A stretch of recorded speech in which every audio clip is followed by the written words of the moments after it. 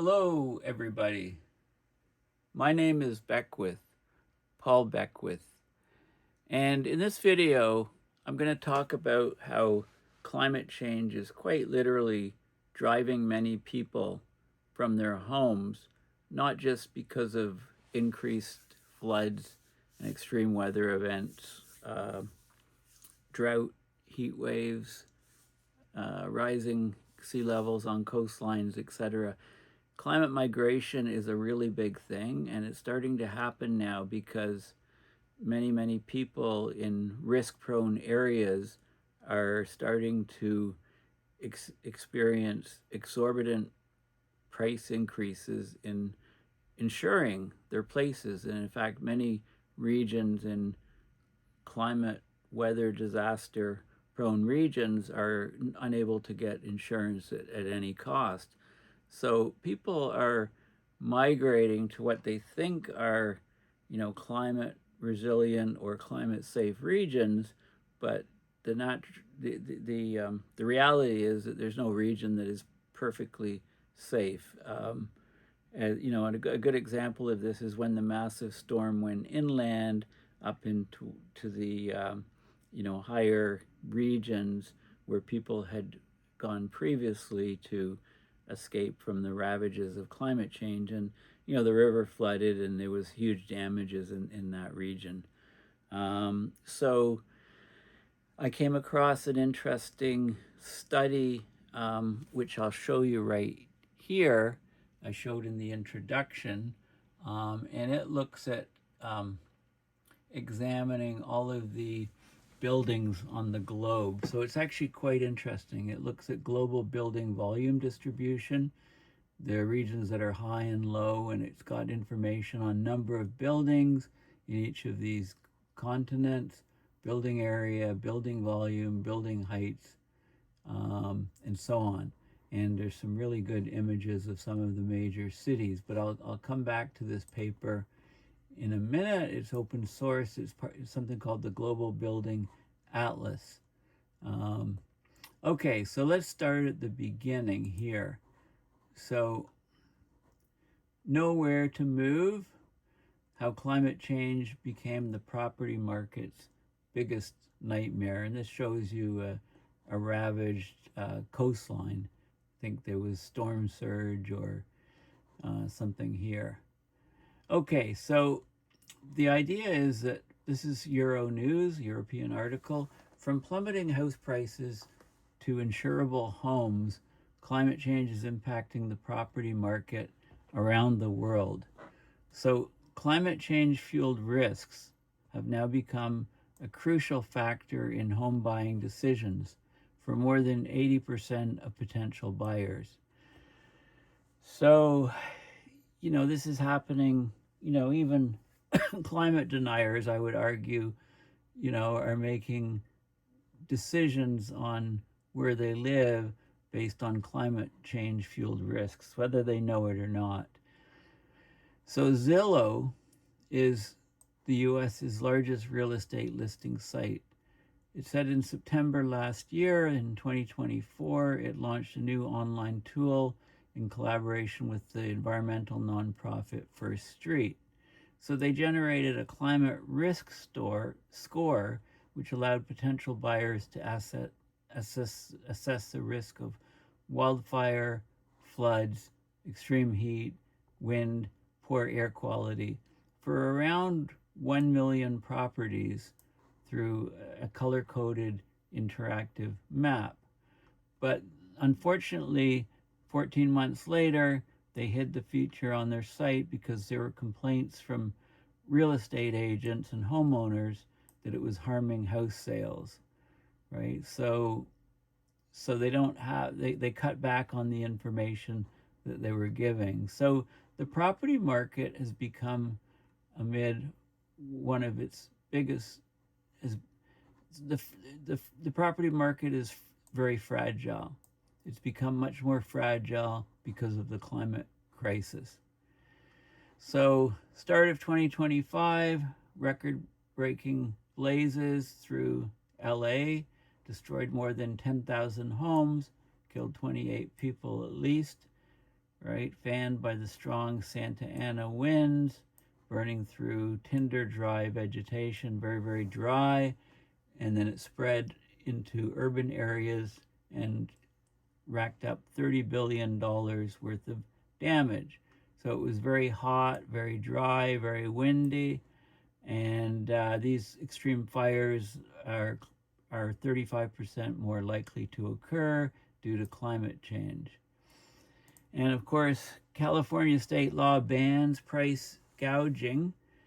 They limit the increase to prices of 10% maximum on essentials like food and housing during national emergencies, but there were many landlords who ignored that and did this rent gouging. Okay, so California's become the first U.S. state to require sellers of homes built before 2010 to disclose the property's fire risk, as well as what measures they've taken to reduce vulnerabilities. So that's California. Florida, there's soaring insurance costs. You know, it looks like Florida's dodged a bullet as far as tropical storms or, you know, hurricanes this year. Other places in Asia have been getting hit really hard. There was a Florida climate survey. 36% of, I think that should be 14,000 respondents, had moved or were considering moving, in part or fully due to the threats of hurricanes, flooding, and extreme heat. So in Europe, these climate change fueled disasters are triggering volatile movements in the property market. So they did a study on Spain between 2009 and 2024. And of course, Spain had the hottest summer on record. Temperatures reached 45.8 degrees August 17th. So there were raging wildfires, 380,000 hectares burned, and the hot, dry, and windy conditions that fueled the fires are now 40 times more frequent and about 30% more intense than they would be without climate change. Okay, each additional day where temperatures exceeded 35 Celsius translated into a drop of, this is euros, 1.40 euros per square meter in sales prices. So they found drops in property prices when there were temperatures high. And they worked it out to sort of, depending on the number of homes for sale in 2024, the annual loss. England, the staggering 6.3 million homes are now in areas at risk of flooding from rivers, the sea, or surface water. So there's a lot of uncertainty in the property market, right? When people are looking to buy a house, looking for a place to live, they're not just looking within a city or a rural area, but they're looking at, you know, are they on elevated land? Are they near a river? Are they near the coastline? Have there been, you know, is there a huge wildfire risk, and so on? So they talk about Australian extreme weather. There's more on British extreme weather, and so on. Okay, so this is happening. So this is an article on CBS Money Watch. Climate change to obliterate $1.5 trillion in U.S. home values. So over the next 3 decades is a time period. Climate change will wipe out almost 1.5 trillion in U.S. home values, and it'll hasten economic gaps in U.S. communities. You know, we'll have it separates people from people in living in risky areas to less risky areas. So already high insurance rates are escalating higher. So large portions of the nation's largest cities are now unaffordable. So this study was done by First Street Foundation. It analyzes the effects of climate change on real estate. Okay, so property values across the country declined by almost 1.5 trillion in total. Other properties will increase in value to the tune of 244 billion. So climate change divides regions into regions where property values take a big hit because of climate change, and safer regions where there's an actual increase in value. By 2055, climate-driven weather is expected to hike homeowners' insurance premiums by 29.4%. I think it's going to be much higher. That seems like a very low estimate. And at the same time, climate-related migration from extreme heat, wildfires, and flooding will have 55 million Americans relocating within the U.S. over that 30-year time period, beginning with more than 5 million people this year. Okay, so we're not talking about a theoretical concern. Climate change is a measurable force reshaping real estate markets and regional economies, not across the United States. That's where the study was done. And they talk about the biggest three Sunbelt states, California, Florida, and Texas. They've taken on more than 40% of the country's $2.8 billion in natural disaster costs since 1980. Okay, and over the next number of decades, they estimate a fourfold increase in premiums in Miami, a tripling in Florida's Jacksonville and Tampa, and in New Orleans, and a doubling in Sacramento. Okay, in some counties, in these places, there'll be net declines of 10 to 40% of property values. Okay, so this is a real issue. This is First Street.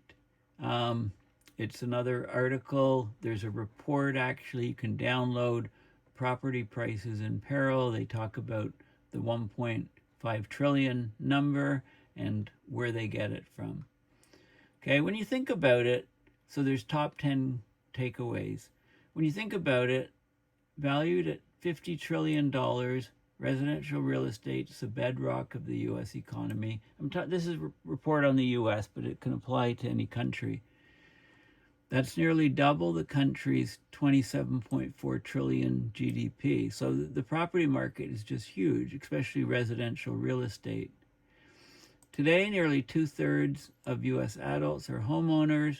Homeowners ownership is considered the ultimate sign of success for many Americans. Historically, population migration and homeownership trends have shown that areas that combine the cost of homeownership and quality of life have grown much faster than areas with less to offer in these particular criteria. So achieving the dream has meant moving to the suburbs of major metropolitan areas or the country's Sun Belt to get increased quality of life, cheaper housing, more space, better weather, and in many instances, lower insurance costs. But severe weather has made the insurance costs no longer low, severely skyrocketing. And so climate change is disrupting established patterns of migration.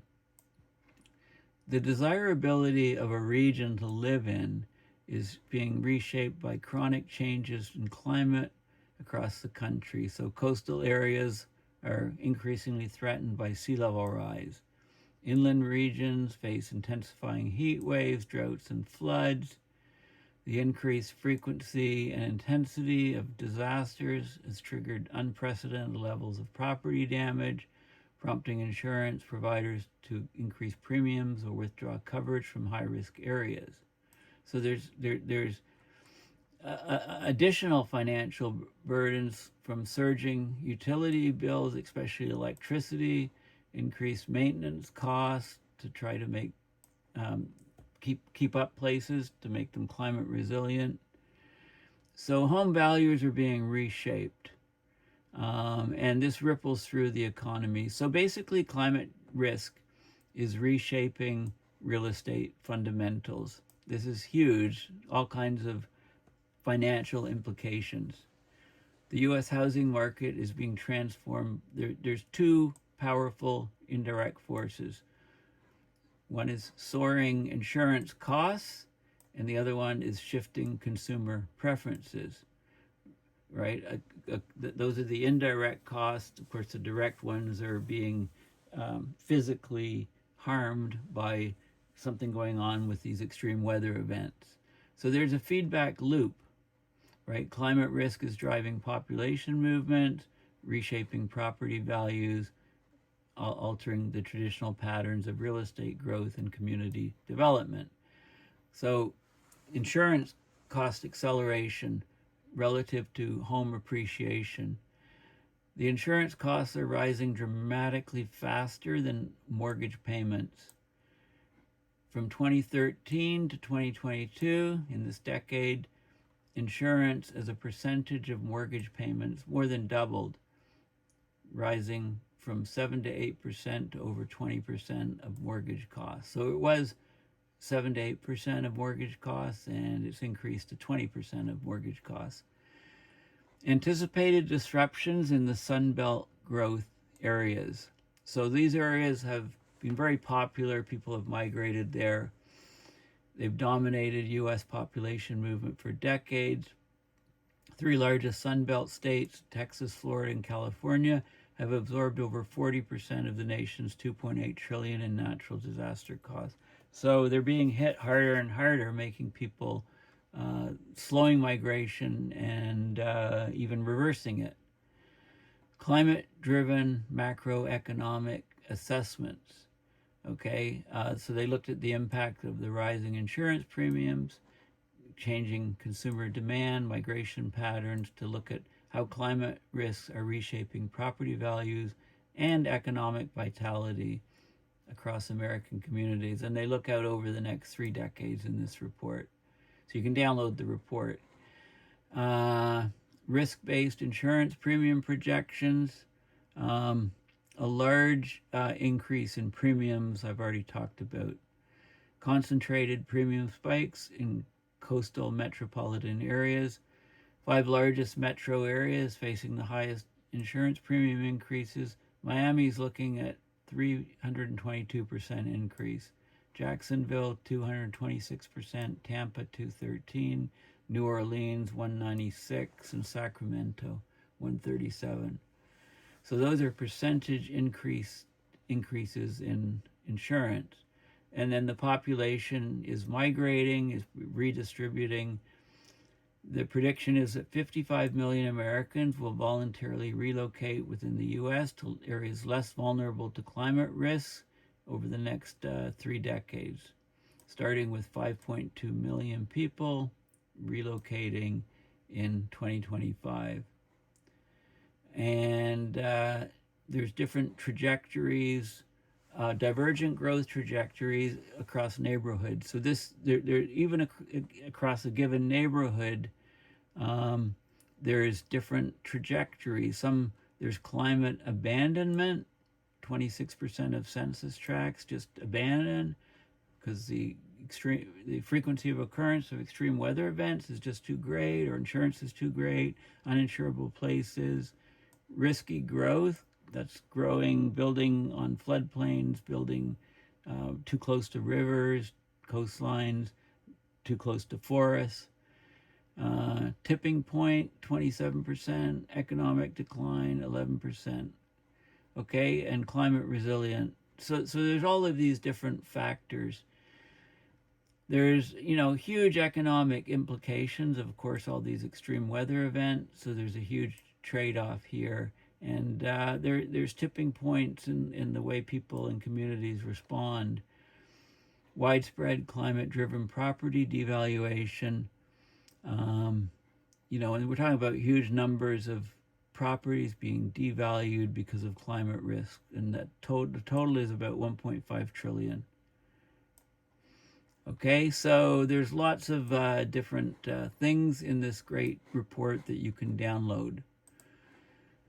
Here's another article, How Climate Change Could Upend the American Dream.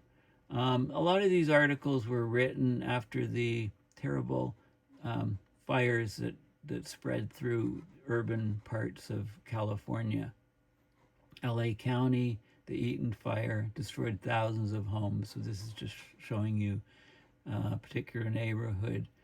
So Americans have long accumulated wealth by owning their home, but a new study predicts that spiking insurance rates and climate disasters now herald an area of widespread losses. Okay, so they talk about the particular fire and the soaring house prices. This is the analysis that I've been talking about previously. You know, home ownership is the bedrock of America's economy. Residential real estate is worth nearly 50 trillion, almost double the size of the entire GDP. So when a big chunk of that is at risk and devalued because of climate change, then the country wakes up, basically. They talked about 2/3 of American adults are homeowners. The median house is appreciated more than 58% over the past 2 decades, even after accounting for inflation. Okay, and more people are having a lot of their savings in their primary residence and so on. Okay, so they talk about the details of the risks and you know, how it's affecting insurance and so on. Okay, so you know, really good article. All the links are in the description. Here's an article, Canadian Real Estate Wealth, How Extreme Weather Events Are Shaping Real Estate Market Demand. And this is a recent article from about a month or so ago. I like this image. You've got this house and there's floods going on. There's a wildfire going on next door, storms going on, etc. White caps. You know, it's a very telling image. Okay, so this talks about building codes and markets, short-term behavior, rental markets, and how climate change is affecting all of these things in Canada. Now, this is a very interesting article from the Technical University of Munich. Recent article. Basically, researchers have created a 3D catalog of 2.75 billion buildings. You know, if you think about the global population, 8.2 billion, so that's each of these 2.75 billion buildings has on average three occupants. Okay, so they create this global building atlas. Okay, it's the first high resolution 3D map of all buildings worldwide. It's open data, and it provides a crucial basis for climate research and the implementation of the U.S. Sustainable Development Goals. So it allows good models for urbanization, infrastructure, and disaster management. You can use this data to make cities more inclusive and resilient. So this is basically, you know, the results. It shows the building density on the planet. So it's a great study. There is a peer-reviewed paper which is open source, so I'll show you that paper. This was another article in Interesting Engineering about this is a big improvement. This 3D data set's 30 times finer scale. I think its resolution is 3 meters by 3 meters, which is enough to tell pretty much everything about a house, about a property. And this is the actual peer-reviewed paper, Earth System Science Data, the Global Building Atlas. Okay, so this was just published, it was published December 1st, so just very, very recently. So it's called Global Building Atlas. It's a publicly available data set. It provides global and complete coverage of building. So it's a GIS sort of thing, building polygons, heights, and great level of detail. Okay, so they talk about some of the details of it, but let's just, this is, the intro, this is very definitely worth reading. Buildings anchor human life, define the form and function of urban environments. According to the UN, over 50% of the global population currently resides in cities, and we're getting ongoing urbanization, and this ratio, the ratio of people living in cities, is likely to hit 70% over the next 2.5 decades, according to the UN. Okay, so they talk about how they collect the data, satellite data, LiDAR, laser ranging, like radar with lasers. Um, they look at they collect global scale planet scope surface reflectance. So they look at the reflectance, and from that they can determine, identify the buildings. Okay, so they look across the globe and train the database. LiDAR is laser radar, so it's like radar with lasers, generally lasers carried by drones or low altitude aircraft. Clouds have to be accounted for. Anyway, so you start with your maps, your pictures, your images, and then you end up with a building model showing the buildings with different areas, footprints, and volumes and heights, etc., across the entire globe. And we'll just go down. So I showed you this on the intro. So this is the global building volume distribution. And this is interesting. The number of buildings, this is in millions, so 1,000 million, a trillion, or a billion rather. 1,000 million is, a billion, not a trillion. So Asia, huge numbers of buildings. The EU, European Union, North America. Africa, lots and lots of buildings, but the volume is very low. Most of them are small. South America and the oceanic countries, Australia, islands, etc. Okay, and then building area, building volume, building height, and building volume. Look at Africa here, way down here. So there's lots of small buildings in Africa, is what that's saying. And this shows you some of the images of various cities. So, a 3 meter by 3 meter resolution. You can just pick out all the buildings and count them essentially. You can see interesting different patterns of city growth. It almost looks like viruses or bacterial growth in a petri dish, how these cities expand out. Okay, so it's a very it's a nuts and bolts paper, goes into all of the data and algorithms, and then how you turn, an image into GIS sort of data on individual buildings. So this is a fairly new study, and it greatly, and then they look at correlations between population and the volume of the buildings. Okay, and you can see, what countries like Finland have the highest volume per person, per capita. Finland and Estonia, right up there on the list. There you go. Finland, Estonia, Sweden. These are building volumes per capita, so cubic meters cubed per person. Look at that. In Finland, what do they all live in? Warehouses? There's huge amounts of space.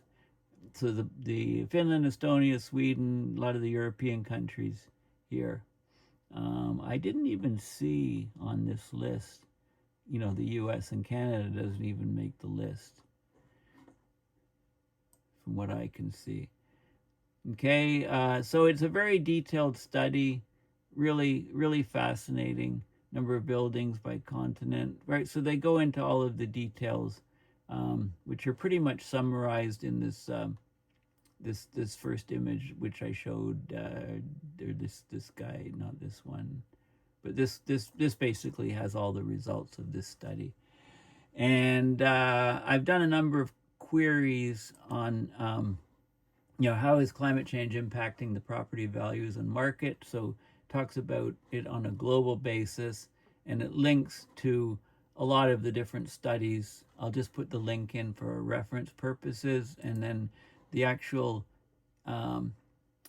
links are, CBS News, climate change to obliterate 1.5 trillion, how climate change could upend the American dream, how extreme weather events are shaping real estate, climate risks, insurance rates, housing, future-proofing real estate, how do you get resilience in the Canadian real estate market, and so on. Okay, so I've got a lot of these references.